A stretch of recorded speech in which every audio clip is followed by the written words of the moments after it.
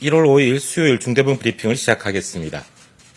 현재 의료체계는 이제 충분한 여력을 확보하면서 안정화되는 단계입니다. 중환자 전담 치료병상의 가동률은 56.5%이며 수도권의 경우도 56.3%입니다. 준중환자실 병상의 가동률은 44.9%, 감염병 전담병원은 39.0%입니다. 위중증 환자도 계속 1,000명 이하로 줄어들고 있어 현재 953명을 관리하고 있습니다. 60세 이상 확진자도 비중이 16.7%, 709명으로 계속 줄어드는 추세입니다.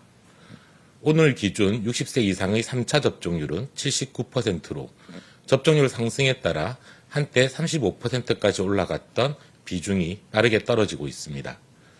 중환자와 사망의 80에서 90%가 60세 이상에서 집중되는 점을 고려할 때 상당히 긍정적인 변동입니다. 다만 18세 이하 확진자 비중은 23.9%, 1,011명으로 여전히 높은 상황으로 18세 이하의 주의가 필요합니다. 다음으로 오늘 중증병상 입원자 중 증상 발생일 이후 20일이 경과된 분들에 대한 격리 해제와 일반 병동 이동 관련 사전 공고 조치에 대해 설명드리겠습니다. 오늘 코로나19 중증병상 입원자 중 증상 발생일 이후 20일이 경과된 291명에 대하여 격리를 해제하고 일반 병상으로의 이동을 위한 전원 사전 공고가 실시됩니다. 오늘은 사전 공고로서 의료기관에 3일 이내에 소명 자료를 요청하는 절차가 되겠습니다. 의료진이 추가적으로 계속 격리 치료가 필요하다고 판단하면 소명을 하게 되고 이를 협의하여 필요한 경우에는 계속적으로 격리병상에 입원하도록 인정하게 됩니다. 혹은 필요성이 떨어지는 경우에는 격리 해제 명령을 정식으로 내리게 됩니다. 격리 해제 조치는 치료를 제한하는 것이 아니고 격리를 해제하여 일반 병실로 옮겨 치료를 계속하는 조치입니다. 이러한 조치는 격리병상에 소요되는 의료 인력 등이 일반 병상에 비해 훨씬 많고 20일 이후에는 감염 위험이 사라지기 때문에 한정된 의료 자원을 효율적으로 사용하기 위한 목적입니다. 이들 중 대부분은 같은 병원의 일반 병상이나 일반 중환자실로 전실되어 계속 치료를 받게 될 것입니다. 혹시 같은 병원의 병실이 어려운 경우에는 다른 병원으로 옮겨지는 경우가 발생하고 이 경우에도 치료를 하고 있던 병원에서 직접 전원병원을 확보하여 전원하게 될 것입니다. 앞으로도 매주 수요일에 좀 정기적으로 이러한 격리 해제 명령을 내리기 전의 사전 권고를 실시하여 의료기관에 소명 시간을 좀 부여하고 이 결과에 따라서 정식으로 행정명령을 발동할 예정입니다. 다음으로 코로나19 백신 확보 현황에 대해 말씀드리겠습니다. 정부는 신규 구매와 21년 물량 2월 등을 통해 2022년 예방접종에 활용할 코로나 백신 1억 5,044만 회분을 확보하였습니다. mRNA 백신인 화이자와 모더나 백신 총 8천만 회분을 신규로 구매 완료하였고 2021년 백신의 2월 물량 7,044만 회분은 예방접종 계획과 백신 유효기간 등을 고려하여 2022년까지 분산하여 공급하는 방안을 제약사와 협의하고 있습니다. 내일 1월 6일에는 금년도 처음으로 화이자 백신 46만 2천 회분이 인천공항으로 도입될 예정입니다. 정부는 국민들께서 예방접종 계획에 따라 차질 없이 접종을 받으실 수 있도록 백신의 안정적 공급에 최선을 다하겠습니다. 금주 금요일 오후 3시에는 오미크론의 향후 대응 방향을 주제로 토론회를 개최하고자 합니다. 오미크론이 국내에서도 우세종이 될 가능성이 높아짐에 따라 향후 전망과 방역과 의료 대응 방향에 대한 전문가들의 의견을 수렴할 예정입니다. 정부는 방역과 의료 분야의 전문가들의 의견과 과학적인 자료를 분석하여 오미크론이 우리에게 미칠 여파를 예측하고 체계적인 대응 방안을 마련해 가겠습니다. 다시 일상회복을 시작하기 위해서는 확산될 오미크론의 변이에 대비하고 충분한 수준까지 유행 규모와 중증 환자를 줄이는 것도 중요합니다. 이를 위해 국민들께서도 불편하시겠지만 좀 함께 참고 노력해 주시기를 당부드립니다. 모임과 약속을 자제하고 사람 간 접촉을 줄여주시고 예방접종에 참여해 주시기 바랍니다. 특히 60세 이상의 경우 3차 접종을 꼭 받아주실 걸 부탁드립니다. 어제 행정법원에서 학원과 독서실, 스터디 카페 등 3종의 시설에 대하여 방역패스 확대에 대한 집행정지 인용 결정이 있었습니다. 정부는 현재의 방역 상황을 안정화시키고 다시 일상 회복의 재개를 위해서는 방역패스의 확대가 필요하다는 입장입니다. 최대한 신속하고 성실하게 본안 소송을 진행할 것이며 이번 인용 결정에 대해서도 즉시 항고할 예정입니다. 방역패스의 필요성과 효과에 대해서는 이미 여러 차례 설명드렸습니다. 현재 미접종자는 접종 완료자에 비해 확진자 발생은 2.4배, 중환자 발생은 5배, 사망자는 4배 정도 더 많이 발생하고 있습니다.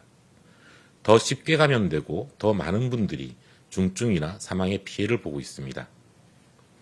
미접종자는 18세 이상의 6%에 불과한 소수이지만 지난 8주간 12세 이상 확진자의 30%를 차지하고 있으며 중환자와 사망자의 53%를 점유하고 있습니다. 이에 따라 중환자실의 절반 이상을 미접종자 치료에 할애하고 있습니다. 지금처럼 유행이 확산되며 의료체계의 여력이 한계에 달하는 위기 상황에서는 미접종자의 감염을 최소화하는 것이 최우선 과제가 됩니다. 미접종자 감염이 줄어들수록 중증 환자와 사망을 줄이고 이들로 인한 의료체계 여력을 확보할 수 있습니다. 방역패스는 단순히 접종률 제고를 위해서 하는 것이 아니라 첫째, 중증화 사망 위험이 큰 미접종자 감염을 최소화하여 이들을 보호하는 한편 둘째, 이들로 인한 의료체계 소모를 줄여 여력을 확보하고 일상 회복을 지속하기 위한 목적입니다. 작년 12월의 경우 하루 확진자가 7,000명을 넘어서며 중환자실이 한계 상황에 처했습니다. 미접종자 감염이 현재처럼 확진자의 30%가 아니라 인구 비율대로 6에서 7% 수준으로 억제할 수 있었다면 하루 10,000명 정도의 확진자도 견딜 수 있는 상황이었습니다. 이러한 설명을 여러 차례 반복하였으나 이 의미를 방역 전략의 측면에서 좀 더 상세히 설명드리겠습니다. 예방접종을 충분한 수준까지 달성한 이후에는 일상 회복은 포기할 수 없는 절대적인 목표입니다. 비록 지금은 잠시 멈춘 상태로 거리두기를 강화하고 있지만 우리도 다시 거리두기를 완화하면서 일상 회복으로의 재전환을 추진해 나가야 합니다. 일상 회복의 궁극적인 목표는 마스크 착용 등 기본적인 방역수칙만 유지하면서 영업이나 모임 등에 대한 제한과 같은 거리두기 조치를 모두 해제하고 일상과 경제활동에 큰 제약이 없는 상태입니다. 그러나 일상 회복 과정에서도 유행은 증가할 수 있고 위중증 환자가 증가하며 의료체계가 압박을 받는 위기 상황들은 발생합니다. 이 경우에도 1차적인 대응은 거리두기 강화가 아닙니다. 의료체계를 압박하는 주된 요인은 고령층과 미접종자의 감염이기 때문에 노인시설의 방역조치를 강화하고 미접종자 감염을 차단하는 방역패스 확대가 1차적인 대응 전략이 됩니다. 유럽, 미국, 아시아 등 세계 각국을 보면 일상회복 과정에서 위기를 맞이한 거의 모든 국가가 1차적인 대응 전략으로 방역패스를 대폭 확대하는 모습을 보여주고 있습니다. 영국, 프랑스, 스페인, 이탈리아, 미국, 싱가포르 등 거의 모든 나라가 공통적인 모습을 보여주고 있습니다. 이는 미접종자 감염을 줄여 의료체계 부담을 완화하고 거리두기를 최대한 피하면서 일상 회복을 유지하기 위해서입니다. 이 조치로도 도저히 의료체계의 붕괴 위험을 피하기 어려운 상황이라고 판단하면 그때 영업 제한이나 모임 행사 제한, 외출 금지 등과 같은 거리두기 조치를 시행하게 됩니다. 우리도 마찬가지였습니다. 계속 방역 패스를 확대하며 대응하였으나 위기가 해소되지 않자 거리두기를 최종적으로 시행하게 됐습니다. 위기 상황은 미접종자와 고령층의 감염 증가에 따라 발생하는 원인이 훨씬 크기에 이들에 집중해서 방역 패스 확대와 같은 국소적인 방역 조치를 먼저 강화해 위기를 넘기는 것이 훨씬 합리적이고 과학적인 방법이기 때문입니다. 거리두기 조치는 분명히 효과는 강력하지만 사회 모든 구성원의 일상과 경제활동을 제약하고 영업활동을 제한하여 민생경제에 큰 상처를 남깁니다. 이러한 이유 때문에 접종률이 충분히 올라갔기 때문에 방역 패스가 이제 필요 없다거나 폐지해야 한다와 같은 제안은 타당하지 않다고 판단하고 있습니다. 이는 방역 패스의 본 목적과 방역 전략 측면의 의미를 이해하지 못한 때문이라고 생각합니다.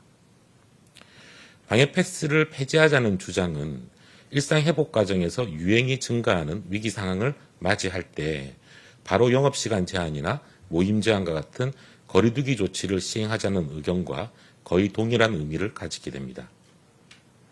이러한 방법은 핵심적으로 문제가 발생하고 있는 요인에 비해 광범위한 다수의 피해를 야기하는 비효율의 문제와 코로나19 유행의 특성에 대한 과학적인 대처가 아닐 것입니다.